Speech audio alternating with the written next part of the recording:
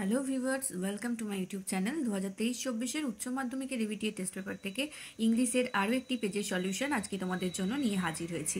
তোমরা যারা নতুন তারা প্লিজ চ্যানেলটাকে একটু সাবস্ক্রাইব করে পাশে থাকা বেল আইকনটা প্রেস করে রাখো, যাতে করে আমি যখনই ভিডিও দেবো তোমাদের কাছে নোটিফিকেশনটা পৌঁছে যায়। আর যদি ভিডিওগুলো ভালো লাগে তাহলে অবশ্যই একটু লাইক শেয়ার করে দাও। তোমাদের জন্য আমি ইংলিশের যতগুলো পেজ আছে দেখো, এই সমস্ত পেজের এমসিকিউ একসাথে একটা ভিডিওর মাধ্যমে করিয়ে দিয়েছি। আর এসএকিউ আর গ্রামার দুটো পার্টে আছে। একটা পার্টে 26 থেকে 193 নম্বর পেজ পর্যন্ত পাবে, আর দ্বিতীয় পার্টে 204 থেকে 348 নম্বর পেজ পর্যন্ত সমস্ত এসএকিউ আর গ্রামার পাবে। এছাড়াও page wise unseen, page wise MCQ, SAQ, grammar, writing, সেগুলো সবই তো রয়েইছে। আর ফিজিক্সেরও তোমরা প্রত্যেকটা পেজের এমসিকিউ এসএকিউ পরপর পেজ ওয়াইজ পেয়ে যাবে।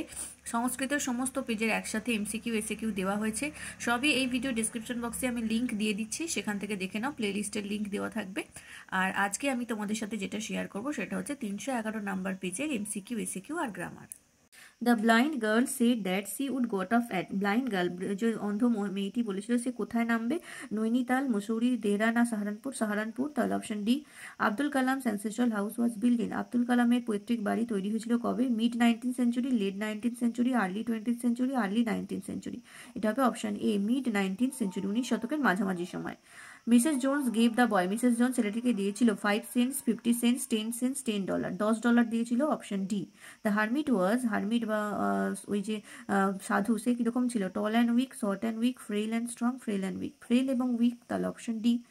পোয়েট্রি চলে আসবো। The soldier's pillow is made of. সোলজারের পিলো কি দিয়ে তৈরি? ফ্লাওয়ার, ফার্ন, গ্রাস না লিভস? এটা হবে fern, option B. Being tired the grasshopper takes rest beneath. Tired হয়ে গিয়ে গ্রাসহপার কোথায় আশ্রয় নিয়েছিল? Green hedge, bush, pleasant weed না গ্রিজি হিল? প্রেজেন্ট হিডের নিচে, তাহলে প্রেজেন্ট উইডের নিচে, তাহলে option C. The root needs to be pulled out of the. রুটটাকে, গাছের শিকড়টাকে কোথা থেকে বের করতে হবে? উপরে। Firm soil, anchoring earth, underground না ফার্ম আর্থ? অ্যাঙ্কারিং আর্থ থেকে, option B. The winds that blow in the summer in Shakespeare sonnet number 18 আর সনেট নাম্বার 18-এ যে উইন্ড বইছে সেটা কিরকম? ব্যালমি, উইক, হট না রাফ? এটা হবে রাফ উইন্ড, অপশন ডি। চলে আসবো ড্রামাতে। Lomov's aunt name is. লোমবের আন্টের নাম কি? Natalia Stepanovna, Natasha Veselovich, Natashia Mehlevona, Natalia Mehlevona? এটা হবে Natashia Mehlevona, option C. Natalia was selling dash for drying. Natalia কি শুকনো করার জন্য খোলা ছাড়াচ্ছিল? বিনস, পিস, বার্লি না মেডোজ? পিস, মটরশুটি, তাহলে option B. Chubukov order Lomov to shut up or he would shoot him like a. Chubukov বললো তুমি যদি না থামো তাহলে আমি তোমাকে কিসের মতো গুলি করবো? A partridge, a fox, dog নাকি উল? প্যাট্রিজের মতো, তাহলে option A. The worst of Lomov's physical problem is. লোমবের সব থেকে বড় শারীরিক সমস্যা কি? The way he sleeps, his palpitations, his headache না হিজ লিম্প? এটা অবশ্যই হবে option A, the way he sleeps. এটা হচ্ছে সব থেকে বড় ফিজিক্যাল সমস্যা। দেখবে যখন লোমব প্রথম দিকে বলছে কি কি সমস্যা আছে, তার মধ্যে বলা হয়েছে দ্য ওয়ার্স্ট প্রবলেম যেটা, সেটা হচ্ছে যে সে যেভাবে ঘুমায়, সেটা হবে অপশন এ। প্যালপিটেশনস কিন্তু ভুল করে দিও না, এটা অপশন এ হবে, সে যেভাবে ঘুমায় সেটা। এবারে চলে আসবো এসএকিউতে। দেখো প্রোজ সেকশনে এই এসএকিউগুলো রয়েছে। 1 নম্বর প্রশ্ন, how did the narrator in the eyes have it describes the voice of the girl. মেয়েটির গলার আওয়াজকে বক্তা, দ্য আইজ হ্যাভ ইট গল্পের বক্তা কিভাবে ব্যাখ্যা করেছেন বা বর্ণনা করেছেন? উত্তর লিখবে, the narrator in the eyes have it describe the girls voice at the sparkle of the mountain stream. তাহলে দ্য আইজ হ্যাভ ইট গল্পের বক্তা মেয়েটির কণ্ঠস্বরকে বলেছেন যেন পাহাড়ি ঝর্ণার ঝলক রয়েছে তার কণ্ঠস্বরের মধ্যে। তো পাহাড়ি ঝর্ণার ঝলকের সাথেই তুলনা করেছেন বা মতো ডিসক্রাইব করেছেন মেয়েটির গলার আওয়াজ। পরবর্তী প্রশ্ন, what were the eyes of the narrator in the eyes have it sensitive to. The eyes have it গল্পের বক্তার চোখ শুধুমাত্র কিসে সংবেদনশীল ছিল? অ্যান্সার হবে, the eyes of the narrator in the eyes have it were sensitive to only in light and darkness. শুধুমাত্র আলো এবং অন্ধকারেই বক্তার চোখটি সংবেদনশীল ছিল। 3 নম্বর প্রশ্ন, what did Abdul Kalam's father use to avoid. Abdul কালামের বাবা কি এড়িয়ে চলতেন? বহুবার এই প্রশ্নটা করিয়েছে, আশা করি তোমাদের এতদিনে মুখস্থ হয়ে গেছে যারা রোজ দেখো। তো উত্তর হয়ে যাবে, Abdul Kalam's father used to avoid all kinds of inessential comforts and luxury. সমস্ত প্রকার অপ্রয়োজনীয় আরাম এবং বিলাসিতা এই দুটোকেই তিনি অ্যাভয়েড করে চলতেন। ঠিক আছে, তো তোমরা যদি নতুন হও চ্যানেলটাকে সাবস্ক্রাইব করে নাও, আর আগের ভিডিওগুলো না দেখলে অবশ্যই কিন্তু এই ভিডিও ডেসক্রিপশন বক্স দেখো, সেখানে লিঙ্ক পেয়ে যাবে। তারপরের প্রশ্ন, describe the ancestral house of Kalam, কালামের পৈতৃক বাড়ির বর্ণনা দাও। উত্তর হবে, the ancestral house of Kalam was built in the middle of the 19th century. It was a fairly large pucca house made of limestones and brick on the mosque street in Rameswaram. তাহলে আব্দুল কালামের যে বাড়ি সেটা হচ্ছে পৈতৃক বাড়ি 19 শতকের মাঝামাঝি সময়ে তৈরি হয়েছিল। এটা ছিল একটা বড় পাকা বাড়ি, লাইমস্টোন চুনাপাথর এবং ইট দিয়ে তৈরি, আর হচ্ছে কোথায় অবস্থিত ছিল, রামেশ্বরমের মস্ক স্ট্রিটে, মসজিদের রাস্তায় এই বাড়িটি অবস্থিত ছিল। পরবর্তী প্রশ্ন, according to Mrs Jones how old was the boy, Mrs জোন্সের মতে ছেলেটির বয়স কত। উত্তর হবে, according to Mrs Jones the boy was 14 or 15 years old। তাহলে মিসেস জোন্সের মতে ছেলেটির বয়স 14 কিংবা 15 বছর। Next, what shoes and jeans was Roger wearing, Roger কি জুতো এবং কি জিন্স পরেছিল। অ্যান্সার হবে, Roger was wearing tennis shoes and blue jeans, Roger tennis জুতো পরেছিল আর ব্লু কালারের জিন্স পরেছিল। What according to the hermit is the most important thing to do, হারমিটের মধ্যে সবথেকে গুরুত্বপূর্ণ জিনিস কোনটি বা গুরুত্বপূর্ণ কাজ কোনটি হবে। অ্যান্সার হবে, according to the hermit the most important thing is to do good to the others because for that purpose alone was man sent in this life. তাহলে হারমিটের মধ্যে সবথেকে গুরুত্বপূর্ণ কাজ হলো অন্যের ভালো করা, কারণ শুধুমাত্র এই একটি কারণেই আমাদেরকে ভগবান পৃথিবীতে পাঠিয়েছেন। How did the tsar meet the hermit, কিভাবে জার হারমিটের সাথে দেখা করলো। অ্যান্সার হবে, putting on simple clothes, dismounting from his horse and leaving his bodyguard behind, the tsar went on alone and meet the hermit. Tsar তাহলে হারমিটের সাথে দেখা করার জন্য প্রথমে সাধারণ পোশাক পরলেন, তারপরে তার ঘোড়া ছেড়ে দিলেন এবং বডিগার্ডকেও পিছনে ফেলে রেখে একাই হেঁটে গেলেন হারমিটের সাথে দেখা করতে। তোমরা কিন্তু অবশ্যই একটু ভিডিওগুলো শেয়ার করো, লাইক শেয়ার যত বেশি পরিমাণে হবে ততই কিন্তু নতুন নতুন ভিডিও তোমাদের জন্য নিয়ে আসবো, তো অবশ্যই একটু শেয়ার করো। এবারে চলে আসবো পোয়েট্রি সেকশনের এসএকিউতে। দেখো, how did the stream look like in the poem asleep in the valley, asleep in the valley কবিতায় ঝর্ণাটাকে কীরকম দেখতে লাগছিল। অ্যান্সার হবে, the stream look like a long strands of silver in the poem asleep in the valley, asleep in the valley কবিতায় ঝর্ণাটিকে রূপলি ফিতের মতো লাগছিল। Next, why does the poet ask nature to keep the soldier warm, কেন কবি প্রকৃতিকে বলছিলেন যে সৈনিককে উষ্ণ রাখতে। অ্যান্সার হবে, the poet asks the nature to keep the soldier warm because he is sleeping under the open sky and may catch cold.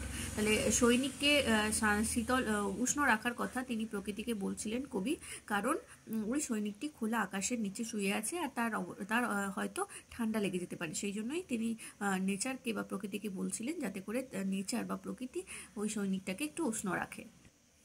পরের প্রশ্ন দেখো, what does the expressions consuming the art mean, consuming the art বলতে কি বোঝানো হয়েছে। Answer হবে, the expression consuming the art means drawing vital nutrients and water from the art. Consuming the art বলতে বোঝানো হয়েছে প্রয়োজনীয় উপাদান, গাছের যেটা প্রয়োজনীয় উপাদান এবং জল যেটা পৃথিবী থেকে বা মাটি থেকে সংগ্রহ করে তাকেই বলা হচ্ছে কনজিউমিং দ্য আর্ট। পরেরটা, from where would the curl green twigs rise, কোথা থেকে কোঁকড়ানো সবুজ পাতা বেরিয়ে আসবে। অ্যান্সার হবে, curl green twigs would rise from the stem close to the ground, যে গাছের ডালটা মাটির একেবারে কাছাকাছি সেখান থেকেই কোঁকড়ানো সবুজ পাতা বেরিয়ে আসবে। So long lives this, what is refer to by the word this, this বলতে এখানে কি বোঝানো হয়েছে। অ্যান্সার হয়ে যাবে, this here refers to the poetry or the particular poem of Shakespeare sonnet. This বলতে এখানে কবিতাকে বোঝানো হয়েছে, মানে যদি পার্টিকুলারলি বলা হয়েছে শেক্সপিয়ারের কোনো একটি সনেটকে। আচ্ছা, পরের পয়েন্টটা দেখো, what shall death not brag about in Shakespeare sonnet number 18, শেক্সপিয়ারের সোনেট নাম্বার 18-এ মৃত্যু কী নিয়ে অহংকার করতে পারবে না। অ্যান্সার হবে death shall not brag about taking the poet's friend in to his set in Shakespeare sonnet number 18। তাহলে শেক্সপিয়ারের সোনেট নাম্বার 18-এ বলা হয়েছে মৃত্যু কবির বন্ধুকে তার নিজের ছায়ায় নিয়ে এসে অহংকার করতে পারবে না। পরের প্রশ্ন, where was the grasshopper seen in summer, গ্রীষ্মকালে গ্রাসহপার বা ঘাসফড়িংকে কোথায় দেখতে পাওয়া যায়। অ্যান্সার হবে, a grasshopper was seen in bushes under the weeds and in grassy hills in summer. তাহলে গ্রাসহপারকে বা ঘাসফড়িংকে ঝোপঝাড়ের মধ্যে, আগাছার মধ্যে এবং সবুজ ঘাসে ঢাকা পাহাড়ের মধ্যে গ্রীষ্মকালে দেখতে পাওয়া যায়। পরের প্রশ্ন, where do all birds hide in Keats poetry of earth, কিডসের পোয়েট্রি অফ আর্থ কবিতায় সমস্ত পাখিরা কোথায় লুকিয়ে পড়ছে। অ্যান্সার লিখবে in Keats the poetry of earth all birds hide in cool foliage of tree. গাছেদের সবুজ ছায়ায় বা গাছেদের শান্ত শীতল ছায়ার নিচে সমস্ত পাখিরা লুকিয়ে পড়ছে দ্য পোয়েট্রি অফ আর্থ কবিতায়। এসে কেউ হয়ে গেলে এবারে চলে আসবো 313 নাম্বার পেজের গ্রামার সেকশনে।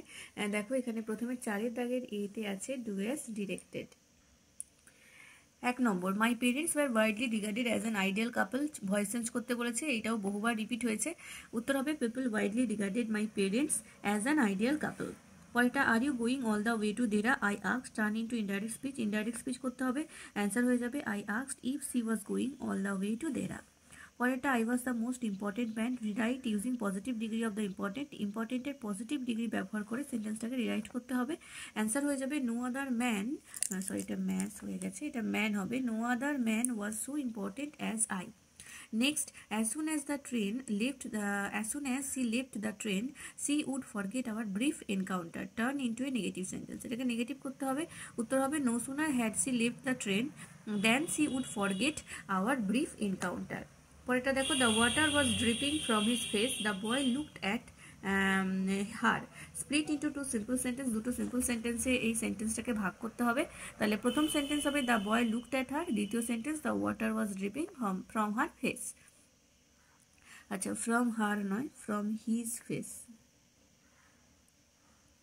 From his face. আচ্ছা পরেরটা, I wish to kill you, use the underlined word as a noun and rewrite. এই যে উইশটের তলায় যে দাগ দেওয়া রয়েছে তাকে নাউন হিসাবে ব্যবহার করতে হবে এবং সেন্টেন্সটাকে রিরাইট করতে হবে। উত্তর হয়ে যাবে I had a wish to kill you. এবারে দেখো বিয়ের দাগের article preposition. The tsar turned round and saw dash bearded man, এটা হবে saw a bearded man come running dash dash the wood. এটা হবে প্রথমে দুইয়েরটা হবে আউট, তারপরে এটা হবে off, out of the wood. The man held his hands pressed dash his stomach, এটা হবে এগেনস্ট। চারেরটা হবে against, against his stomach and a blood was flowing dash dash them, এটা হবে ফ্রম, প্রথমেরটা হবে ফ্রম, তারপরেরটা হবে আন্ডার। এখানে লেখার জায়গা নিয়ে একটু বুঝে নিও, বলে দিচ্ছি দেখো আরেকবার। একেরটা হবে এ, দুইয়েরটা আউট, তিনেরটা অফ, চারেরটা হবে এগেনস্ট, পাঁচেরটা হবে ফ্রম, ছয়েরটা হবে আন্ডার। এবারে সি এর দাগে error correction. They seemed very anxiousness about her comfort, এখানে হবে very anxious. They seemed very anxious about her comfort, অ্যাংসাসনেসের জায়গা হয়ে যাবে অ্যাংসাস। তো আশা করি বুঝতে পারলে। 311 নম্বর পেজের এমসিকিউ এসিকিউ গ্রামারটা নিয়ে আলোচনা করলাম। পরের ভিডিওতে নেক্সট পেজ নিয়ে আলোচনা করব। তোমরা তার জন্য অবশ্যই চ্যানেলটাকে সাবস্ক্রাইব করো। যদি তোমরা আমার ভিডিও নোটিফিকেশন পেতে চাও বা তোমরা যদি চাও যে কোনো ভিডিও মিস না হয়, তাহলে অবশ্যই কিন্তু বেল আইকনের অল বাটনটা প্রেস করে রাখবে, যাতে করে আমি ভিডিও দিলেই তোমাদের কাছে নোটিফিকেশন পৌঁছে যায়। আর ভিডিওগুলো ভালো লাগলে প্লিজ একটু লাইক শেয়ার করে দাও, বন্ধুদের সাথে শেয়ার অবশ্যই করা চাই। আর এভাবেই কিন্তু আমি সমস্ত এবিটিএটা কমপ্লিট করব। তোমাদের যা যা বলছো ভিডিও দিতে আমি দেওয়ার চেষ্টা করতে থাকবো। তার জন্য একটু চ্যানেলটার পাশে থাকো এবং সাবস্ক্রাইব করো আর শেয়ার করো ভিডিওগুলো। Thank you.